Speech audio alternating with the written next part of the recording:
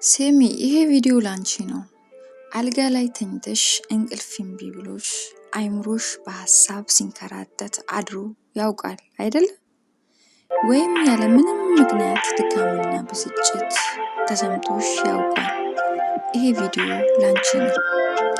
ሰላም ጤና ይስጥልኝ ውድ የቻናላችን ተከታታዮች፣ እንኳን ወደ ቻናላችን በሰላም መጣችሁ።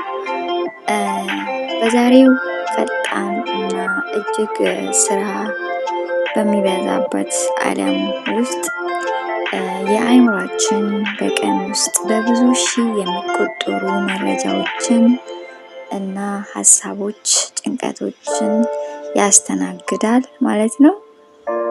ከስራ፣ ከቤተሰብ እና ከኢኮኖሚ እንዲሁም ከሶሻል ሚዲያ የሚመጡ መረጃዎች አእምሯችን ያለ እረፍት እንዲሰራ ያስገድዱታል ማለት ነው። የሰውነት እረፍት ለማግኘት አልጋ ላይ እንተኛለን።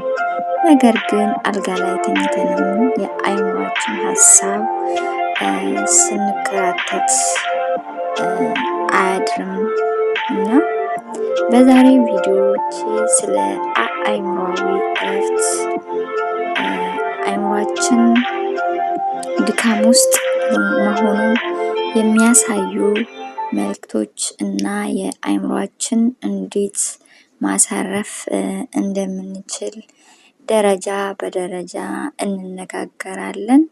እስከ መጨረሻ አብራችሁን ቆዩ። አካላችን ሲደክም ህመም ይሰማናል ወይም ድካም ይታይብናል። አእምሯችን ሲደክም ምን አይነት መልእክቶችን እንደሚያሳይ፣ ምን አይነት ስሜቶች እንደሚሰማን በዝርዝር አስረዳችኋለሁ ወይም አሳያችኋለሁ ማለት ነው። በትንሽ ነገር አንደኛው በትንሽ ነገር በመበሳጨት ቀደም ሲል የማይረብሹን ትንሽ ነገሮች በፍጥነት እንዲያናድዱንና እንዲያበሳጩን ያደርጉናል ማለት ነው። ሌላ ትኩረት ማጣት፣ አንድን ስራ ጀምሮ ለመጨረስ መቸገር፣ ሀሳብ መበታተን እና ነገሮችን በፍጥነት መርሳት። ሌላኛው የእንቅልፍ መዛባት። የእንቅልፍ መዛባት በጣም ደክሞን እንኳን አልጋ ላይ ስንተኛ ሀሳብ መብዛቱ እና እንቅልፍ እምቢ ማለቱ፣ ከመጠን ያለፈ የሀሳብ ጭነት፣ ስለ ትናንትና ስህተቶችን ወይም ስለ ነገ ስጋቶችን ሳያቋርጡ ማሰብ፣ ይሄም አንዱ መልእክት ነው ማለት ነው፣ መለክት ነው። ሌላኛው የፈጠራ እና የእንቅስቃሴ ፍላጎት መቀነስ፣ ቀደም ሲል የምንወዳቸው ነገሮች ለማድረግ ፍላጎት ማጣት ነው። እንግዲህ እነዚህ ምልክቶች ካለባችሁ አእምሯችሁ እባክህን እረፍት ስጠኝ እያለ ነው እና ምን ማድረግ አለብን ታዲያ? የአእምሯችን እንዴት ማሳረፍ እንደምንችል እነዚህ 5 ቀላልና ውጤታማ ልምዶች በህይወታችን ውስጥ እንድናሳካ ወይም ደግሞ እንድንጠቀም ያደርጉናል ማለት ነው። እነዚህም 5ቱ ምልክቶች እላችሁ ላይ ካያችሁ ለአእምሯችሁ እረፍት መስጠት አለባችሁ ማለት ነው።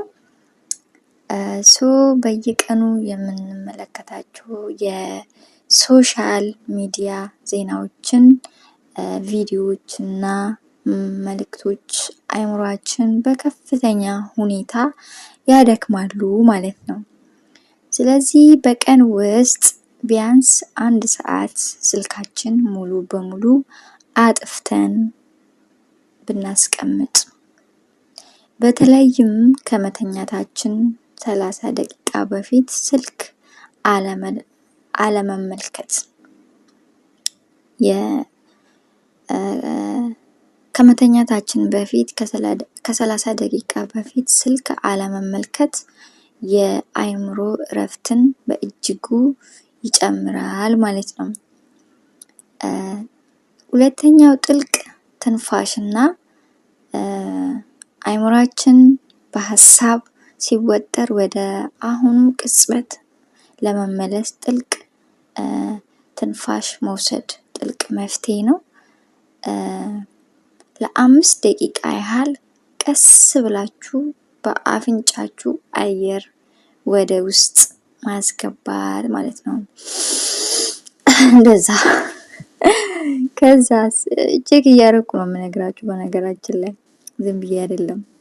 እና ጥቂት ሰከንድ ትይዛላችሁ ማለት ነው። ከዛን በአፋችሁ ቀስ ብላችሁ ታወጣላችሁ። በአፍንጫችሁ ወደ ውስጥ ያስገባችሁትን ትንፋስ በአፋችሁ ቀስ ብላችሁ ታወጣላችሁ። ይሄ የአእምሮ የጭንቀት ሆርሞን ወዲያውኑ እንዲቀንስ ያደርጋል ማለት ነው። ከተፈጥሮ ጋር ጊዜ ማሳለፍ፣ ለምሳሌ አንዳንዴ ቤት ውስጥ ኮምፒውተር ወይም ስልክ ላይ ተቀምጠን ቁጭ ብለን ከምንውል ወጥተን አረንጓዴ ቦታዎችን፣ ፓርኮች ወይም ጸጥታ ያለበት አካባቢ በመሄድ በእግር መጓዝ የአእምሮአችን ያድሳል ማለት ነው።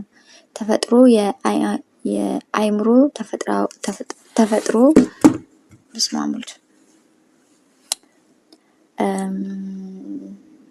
ተፈጥሯዊ ፈውስ ናቸው። ተፈጥሮ ራሱ ተፈጥሯዊ ፈውስ ናቸው። ሌላው ደግሞ የአእምሮ በብዙ ሀሳቦች ከተጨነቀ ወረቀት እና እስክርቢቶ አውጥታችሁ የሚሰማችሁን ሁሉ መጻፍ፣ ሀሳባችሁን ወደ ወረቀት ስታደርጉ አእምሯችሁ ሸክም እንደወረደለት ያህል ይቀላል ማለት ነው። የሆነ ጥሩ ስሜት ይሰማችኋል። ለምሳሌ እኔ አሁን ብዙ ጊዜ በጣም መጻፍ እወዳለሁ። ሰው የተናገረኝን ሁሉ እጽፋለሁ። ማርያምን በቃ ሲከፋኝ ማልቀስ ስፈልግ እንኳን እስክርቢቶዬና ደብተሬን ይዤ ነው። በጣም መጻፍ እወዳለሁ። ውስጥ የተሰማኝን ጭንቀት፣ የተሰማኝን ሀዘን፣ የሆነ ነገር ከፈጣሪዬ እንኳን ብፈልግ በቃ ወረቀቴ ላይ ነው የምጽፈው። አድርግልኝ እንዲህ ብዬ ማለት ነው። እና የጨነቃችሁትንና ውስጣችሁ የተረበሸ በነገራችን ላይ ውስጣችሁ ነገር ከያዛችሁ በጣም በጭንቀት አበዳችሁ ማለት ነው። ምን ማድረግ አለባችሁ? ያስጨነቃችሁትን ነገር እናንተን ያስጨነቀ ነገር ወረቀት ላይ ብትጽፉ፣ ዲያር መጽሐፍ የምትወዱ ሰዎች እንደኔ ከሆናችሁ ውስጣችሁ የሆነ ነገር ብትጽፉ በጣም በስማም በቃ ትተነፍሳላችሁ ማለት ነው። እና ሌላው ሀሳብን በጽሁፍ ማለት ነው። አእምሯችሁ በብዙ ሀሳቦች ከተጨነቀ እነዚህን ብታደርጉ በጣም ትተነፍሳላችሁ። በቃ ንጹህ ሆናችሁ ማለት ነው። እና ይሄንን ይመስላል የዛሬ ቪዲዮዬ። አእምሯችን እረፍት ማለት ስራ መፍታት ወይም ጊዜ ማባከን አይደለም። ይልቁንም የበለጠ ውጤታማ፣ ጤናማ እና ደስተኛ ለመሆን የምንከፍለው አስፈላጊ ኢንቨስትመንት ነው። ምክንያቱም አካላችን ምግብና ውሃ እንደሚያስፈልገው ሁሉ አእምሯችን ምን ያስፈልገዋል? እረፍት እና ሰላም ያስፈልገዋል ማለት ነው። ከዛሬ ጀምሮ በቀን ውስጥ ቢያንስ 15 ደቂቃ ለአእምሯችሁ እረፍት የሚሆን ጊዜ ስጡ። እውነት ነው። ምክንያቱም አንዳንዴ የሆነ ሲጨንቃችሁ ብቻችሁን ታወራላችሁ። ብቻህን ማውራትም ደግሞ በጣም እንትን ነው። የሰው ሀገር ላይ ሆናችሁ በተለይ ብቻችሁ ስታወሩ በጣም ማለት እኔ ብዙ ጊዜ ያጋጥመውኛል እንደዚህ ነገሮች እና ከዛ ይልቅ ወረቀቱ ላይ መጻፍ ይሻላል። ብቻህን ከምትለፈልፍ ብቻሽን ከምትለፈልፊ ወረቀትሽን ላይ ክፍልሽን ዝግት ታደርጊና አንዳንዴ ደግሞ ገብቼ ክፍሌ እስከማለቅስ ድረስ ራሱ በቃ ካለቀስኩም ትንፍስ ስላለሁ ውስጥ ያለውን እንዳለ ወረቀት ላይ ከገለበጥኩም ያው ነው ማለት ነው። ብቻችሁን ከምታወሩ ግን ብቻ ከማውራት ግን እንትን ምንድነው ወረቀት ላይ መጻፉ ይሻላል ይመስለኛል። ምክንያቱም ትደነግጣላችሁ አውርታችሁ ይመቻል። ግን ብቻችሁን ማውራትም ደስ ይላል። የሆነ በቃ የሆነ እንዴ ልበላችሁ እና እንግዲህ የዛሬው ቪዲዮ ይሄንን ይመስላል። ቪዲዮ ጠቃሚ ሆኖ ካገኛችሁ ላይክ አድርጉ። ለወዳጅ ደግሞ ለጓደኛችሁም ሼር አድርጉ።